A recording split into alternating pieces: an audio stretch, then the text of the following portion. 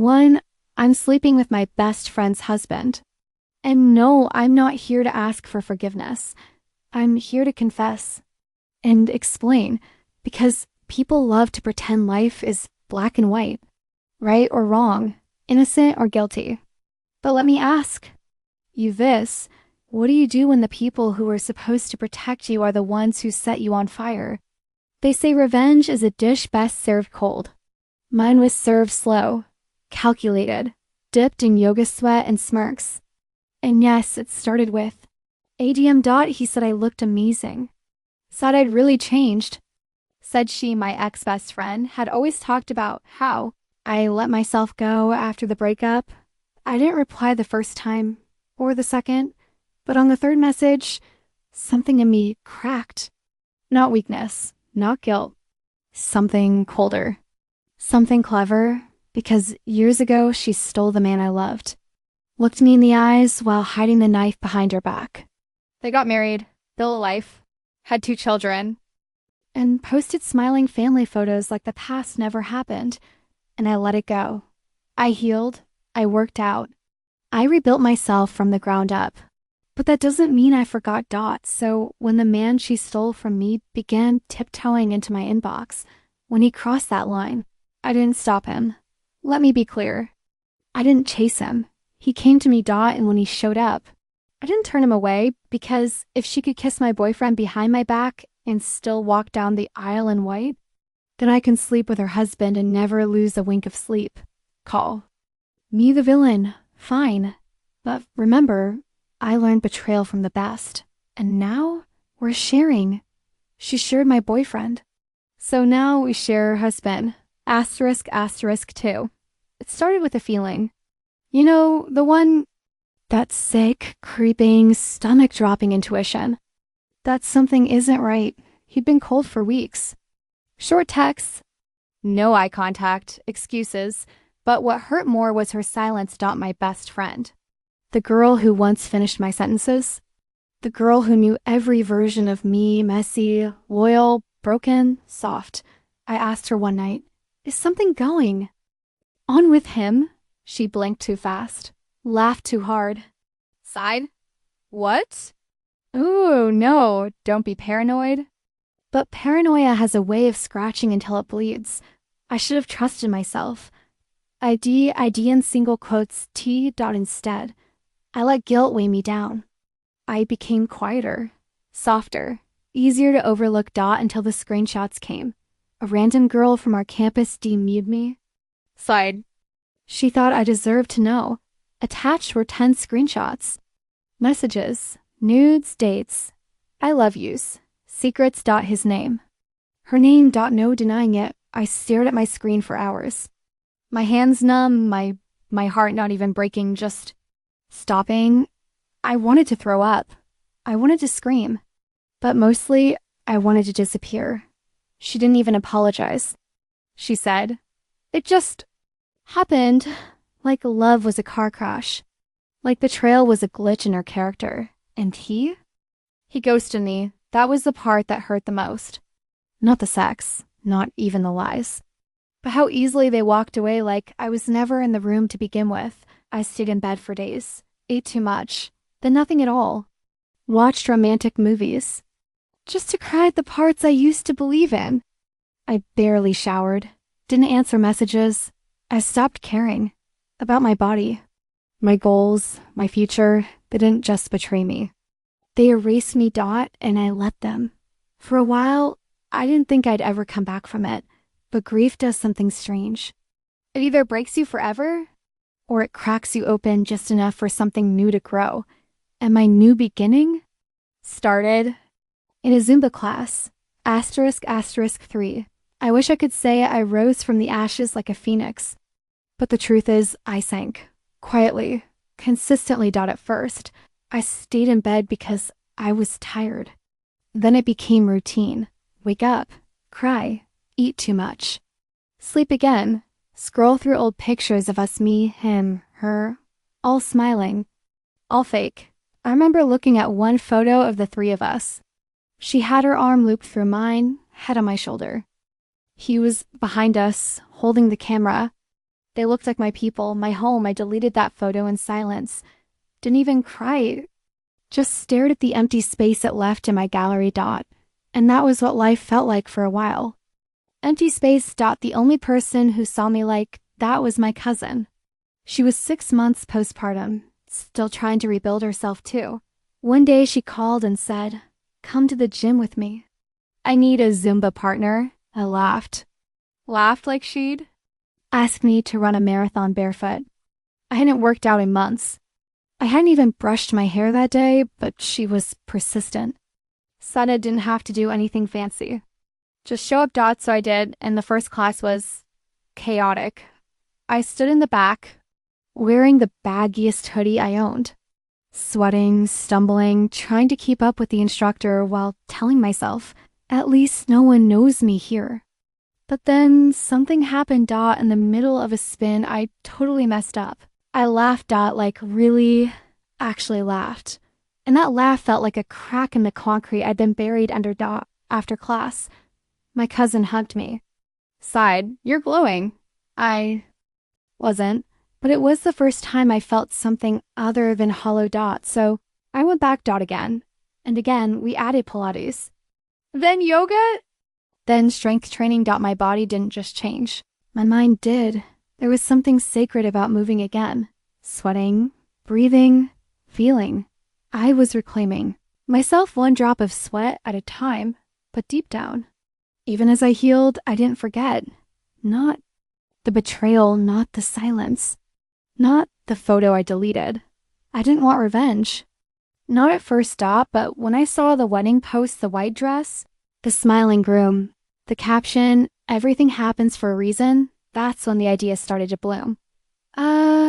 Quiet little voice that whispered, what if everything does happen for a reason? And what if you're the reason she loses it all? Asterisk, asterisk 4, they thought they broke me, and for a while they did. But pain is a strange way of planting seeds. In the gym, it became the soil I rebuilt myself in. It wasn't about losing weight. It wasn't about revenge. At first. It was about showing up for myself every day when no one else did, waking up when I didn't want to, lacing up my shoes when my legs still ached from the night before, breathing through the burn, staying when it got hard. There's a silence in the gym that felt safer than anywhere else. No one asked questions. No one brought up the past. No one cared who I used to be. Just music, movement, and a mirror. And in that mirror, I started to see someone else. Someone I almost forgot existed. Someone strong. Someone alive. I remember the first time a stranger complimented me. It was after a Pilates class. She said, "You have such control. I wish I moved like that." And I smiled. Because for months, I had felt completely out of control. Emotionally, physically, but here. In this 1 hour of sweat and stretch, I was grounded, rooted, powerful. Soon the glow up wasn't just physical. My skin cleared up, my posture changed, my style evolved. I walked differently, talked less, observed more. People noticed. Friends I hadn't heard from in months slid into my DMs with, "You look amazing," and "What's your secret?" But they didn't know. They didn't know that the secret was heartbreak. That my glow up wasn't a celebration, it was a funeral. A burial of the girl who begged for loyalty, and an awakening of the woman who demanded nothing less. And then, like clockwork, he noticed too. Not my ex, not the one who left. The other one. Hers. Her husband. Like on an old photo. A comment. "Wow, you've changed." A message. "I didn't know you look like this now." At first, I ignored it. I wasn't that girl anymore.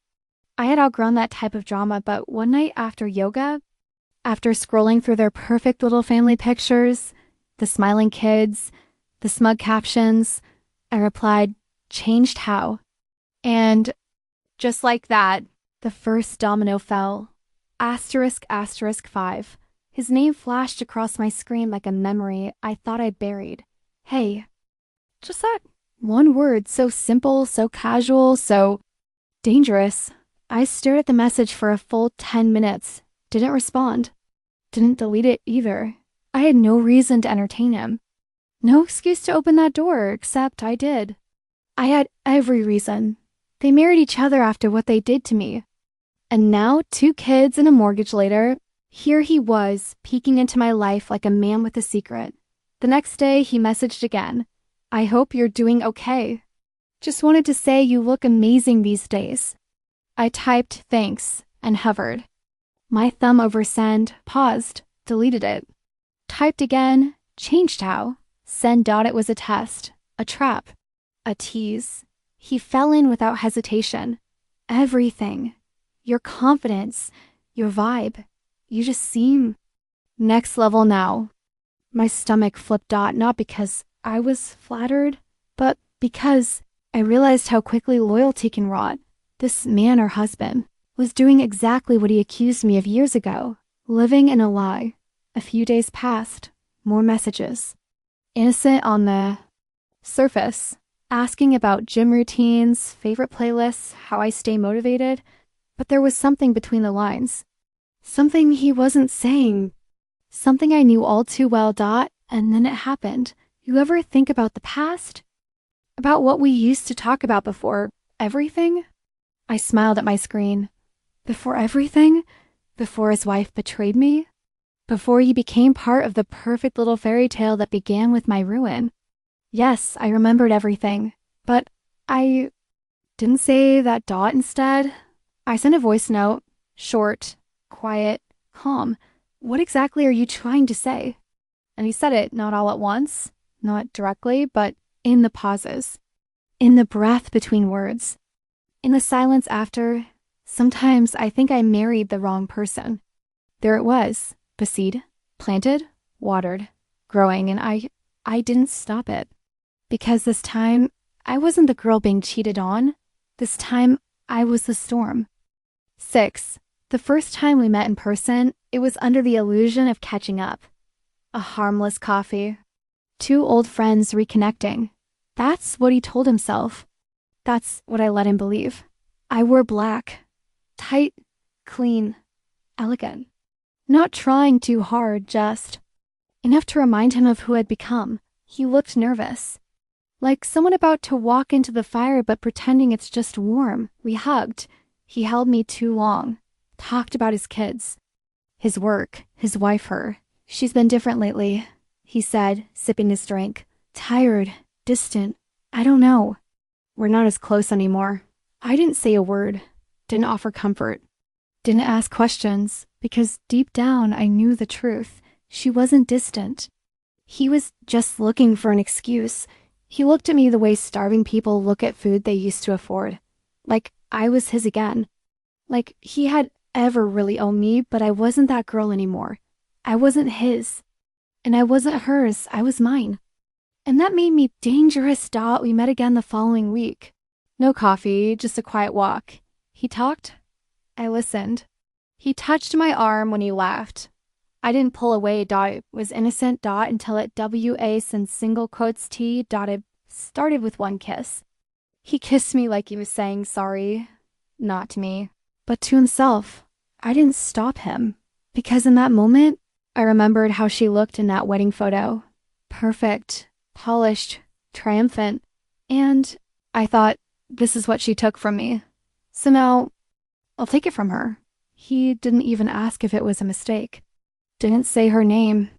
Didn't mention the kids. He just kept showing up, kept messaging, kept slipping deeper into something neither of us could label, because giving it a name would make it real, but it was real. And I wanted her to feel it. Every lie, every betrayal, every silent scream I swallowed while they smiled in public wasn't just getting revenge. I was rewriting the ending. And this time, I was no longer the one being left behind. Asterisk, 7. I didn't expect it to happen like that. Not in a parking lot, not in the middle of the day. Not with her voice shaking and mascara smudged down her face like war paint. She found out, I don't know how. Maybe it was the change in his energy. The way he smiled too easily at his phone.